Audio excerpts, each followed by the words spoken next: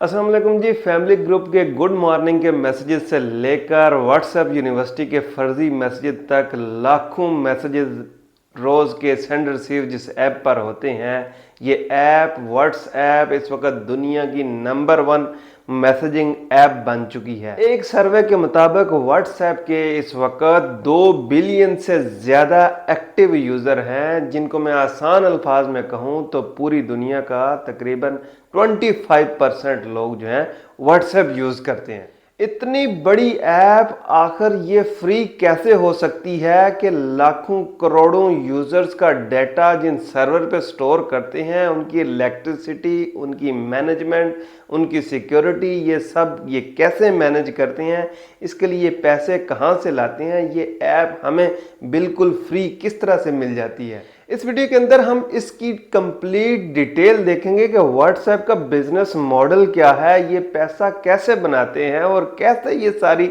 Services हमें बिल्कुल free provide कर देते हैं। ब्रायन एक्टन और जॉन कॉम नामी 2 लोगों ने व्हाट्सएप को स्टार्ट किया था 2009 में। इससे पहले ये दोनों लोग याहू में काम करते थे। याहू छोड़ने के बाद इन्होंने ट्विटर और फेसबुक जैसी कंपनीज के अंदर अप्लाई किया, इंटरव्यूज दिए, लेकिन दोनों जगह से रिजेक्ट हो गए। ये और बात है कि बाद में 2014 में जाकर फेसबुक ने व्हाट्सएप को $19 बिलियन में परचेज कर लिया था। व्हाट्सएप का उनको आइडिया कैसे आया था और व्हाट्सएप बनाने के पीछे उनका मकसद क्या था, इसकी जरूरत उन्हें क्यों पेश आई। व्हाट्सएप के फाउंडर ब्रायन एक्टन का कहना है कि जब वो जिम जाता था तो उसकी बहुत सारी कॉल्स जो हैं वो मिस हो जाती थी। वर्कआउट के दौरान वो अपना मोबाइल किसी लॉकर या दराज में रख देता था और उसके बाद जब देखता था तो बहुत सारी मिस्ड कॉल आई होती थी। उसने कहा यार ऐसा कोई तरीका हो कि मैं जब जिम में हूँ तो लोगों को पता चल जाए कि भाई इस वक्त मैं बिजी हूँ, जिम में हूँ, जिम कर रहा हूँ, और जब फ्री होऊंगा तो उनको कॉल कर लूंगा। तो इस चीज से उसके ज़हन में एक आइडिया आया, क्यों ना एक मैं ऐसी ऐप बनाऊं जिसके अंदर लोग अपना स्टेटस डाल सकें कि इस वक्त मैं क्या कर रहा हूं। बेसिकली व्हाट्सएप बनाने का मेन मकसद स्टेटस अपडेट था कि लोगों को पता चल जाए कि इस वक्त मैं कर क्या रहा हूं। स्टार्ट में व्हाट्सएप में स्टेटस के अलावा कोई और फीचर नहीं था, लेकिन हुआ कुछ यूं कि लोगों ने इस स्टेटस को एज ए मैसेजिंग शुरू कर दिया। वो किस तरह, मैंने एक स्टेटस डाला आई एम इन जिम, मेरे दोस्त ने देखा स्टेटस, उसने डाल दिया status I am going to school, मैंने स्टेटस डाल दिया I am going to watch a movie. इस तरह ये एक मैसेजिंग का तरीकाकार बनने लग गया।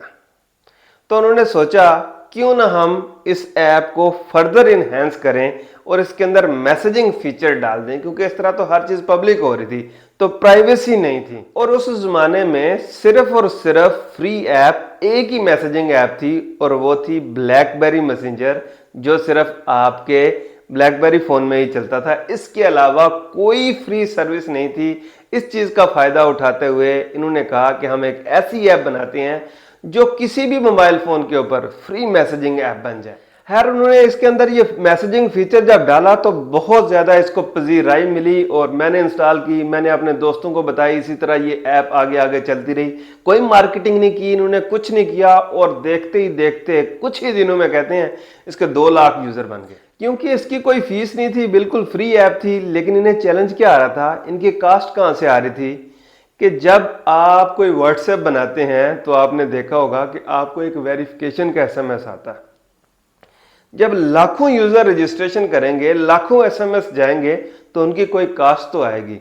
जब वो कास्ट आती थी तो इन्हें ये नहीं समझ आ रही थी कि अब हम ये पैसे कहां से कमाएं, कि ये कास्ट हम कहां से कवर करें।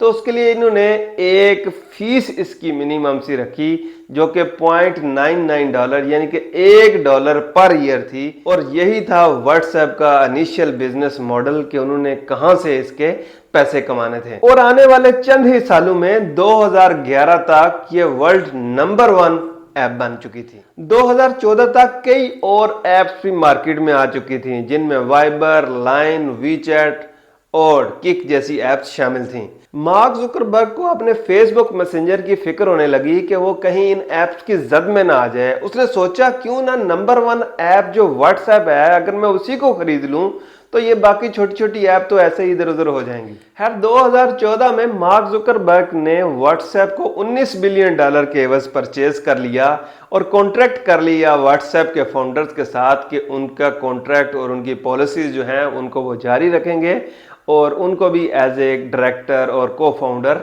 एज इट इज चलाएंगे। हर 2 साल ये व्हाट्सएप इसी तरह चलता रहा और आपको पता है फेसबुक जो है वो आपका डेटा बेच के पैसे कमाता है। खैर ये एक और अलग टॉपिक है, इसको मैं किसी और वीडियो के अंदर डिस्कस करूंगा। तो उन्होंने 2016 में व्हाट्सएप की जो $1 की फीस थी उसको खत्म कर दिया और उसको बिल्कुल फ्री कर दिया। लेकिन जब फेसबुक ने व्हाट्सएप से ये फीस खत्म की तो जो शेयर होल्डर थे व्हाट्सएप के, उन्होंने कहा भाई आपने ये बिल्कुल फ्री ऐप कर दी है, जो आपने $19 बिलियन लगाए हैं, हम जो स्टेक होल्डर्स हैं, भाई आप पैसा कहां से कमाओगे, कहां से आएंगे पैसे? तो आपको पहले ही पता है ये तो डेटाबेस के काम करते हैं सारा कुछ। उन्होंने पूछा भाई आपका क्या बिजनेस मॉडल है, पैसे कहां से आएंगे? तो उन्होंने कहा हम लॉन्च करने जा रहे हैं व्हाट्सएप बिजनेस। अब ये आइडिया सुनकर जो फाउंडर्स थे उन्हें पता चल गया कि ये वापस अपनी करनी पे आ गए हैं, तो उन्होंने कहा भाई आज से हम आपके साथ नहीं चल सकते, पर यूजर्स की प्राइवेसी पॉलिसी के अगेंस्ट हम नहीं जा सकते। ओके खुदा हाफिज, टाटा बाय बाय, आपका ये रास्ता हमारा ये रास्ता। और उन्होंने व्हाट्सएप को खुदा हाफिज कह दिया। और उसके बाद व्हाट्सएप ले आया 2012 में व्हाट्सएप बिजनेस। अब व्हाट्सएप बिजनेस का जो मॉडल था, इससे व्हाट्सएप ने कैसे पैसे कमाने थे, इसका तरीकाकार ये था कि ये होता है लिंक आपके फेसबुक पेज से। ऐप तो बिल्कुल फ्री है, लिंकिंग भी बिल्कुल फ्री है। ये बेचते हैं आगे अपनी एपीआई। एपीआई क्या है? Application programmable interface. इसकी अगर आपको मैं आसान एग्जांपल दूं तो जैसे आप उबर और क्रीम की ऐप अगर यूज करते हैं, उसके अंदर आपको मैप्स नजर आते हैं। वो मैप्स उबर या क्रीम ने खुद नहीं बनाए, उन्होंने गूगल की एपीआई की सब्सक्रिप्शन ली हुई है, उनको यूज करते हैं, उसके एवज वो गूगल को पे करते हैं जितना वो यूज करते हैं। इसी तरह व्हाट्सएप बिजनेस के अंदर आप फेसबुक की एपीआई व्हाट्सएप की एपीआई को लिंक करते हैं और उनकी सर्विस यूज करते हैं। उसको कौन यूज करता है? इसको नेटफ्लिक्स यूज करता है, ऑनलाइन एयरलाइन बुकिंग वाले यूज करते हैं और बहुत सारी ऑनलाइन सर्विसेज जो हैं इन एपीआई को यूज करती हैं और ये अपने फेसबुक पेजेस पे इसको लिंक करती हैं, अपनी वेबसाइट्स पे लिंक करती हैं, ऑनलाइन सिस्टम से लिंक करती हैं और इसके ऊपर मैसेजिंग और कम्युनिकेशन जो है उसको सिक्योर तरीके से परफॉर्म करती हैं और अपने बिजनेस को आगे रन करती हैं। पैसे कैसे कमाती हैं? इसमें इनिशियली जो है वो 24 घंटे के अंदर अंदर अगर कोई क्यूरी आती है और उसको आप 24 घंटे के अंदर अंदर रिप्लाई करते हैं तो ये बिल्कुल फ्री होती है।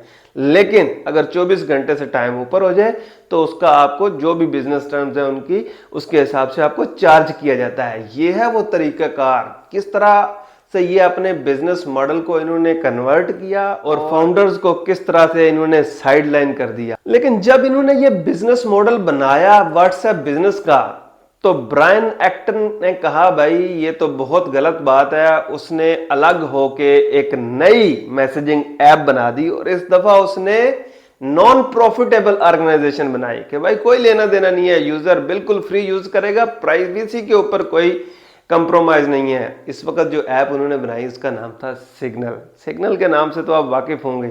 सिग्नल, जब ये व्हाट्सएप की प्राइवेसी पॉलिसी का जब भी नाम आएगा सिग्नल जरूर आपके सामने आएगा।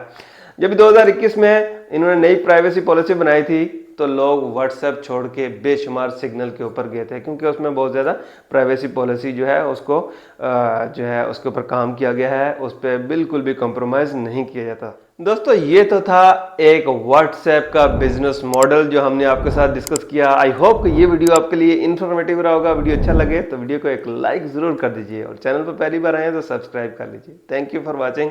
अल्लाह हाफिज़।